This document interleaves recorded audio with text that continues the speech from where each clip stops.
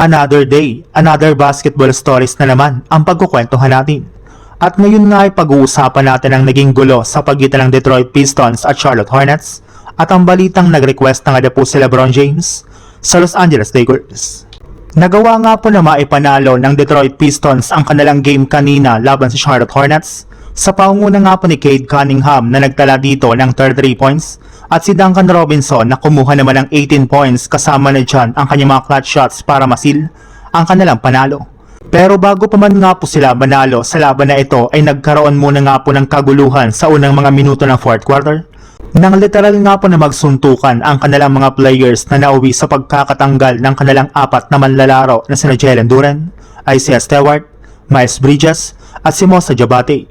Nagsimula nga po ito na magkapisikalan sina Duren at Diabate sa isang play ng kanilang laban hanggang sa lumala na lang ito nang sumama dito ang kanilang mga teammates lalo na si Stewart na kahit man nasa bench ay sinugod pa rin nga po nito si Miles Bridges sa loob ng court.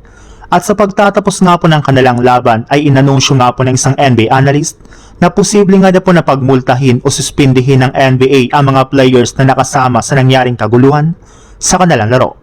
Sa ibang balita naman,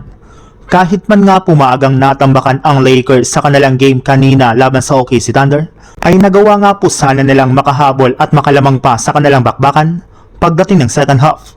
Ngunit sa kasamaang palad ay kinapos lamang nga po sila sa dulo matapos silang matalo pa dito sa score na 110-119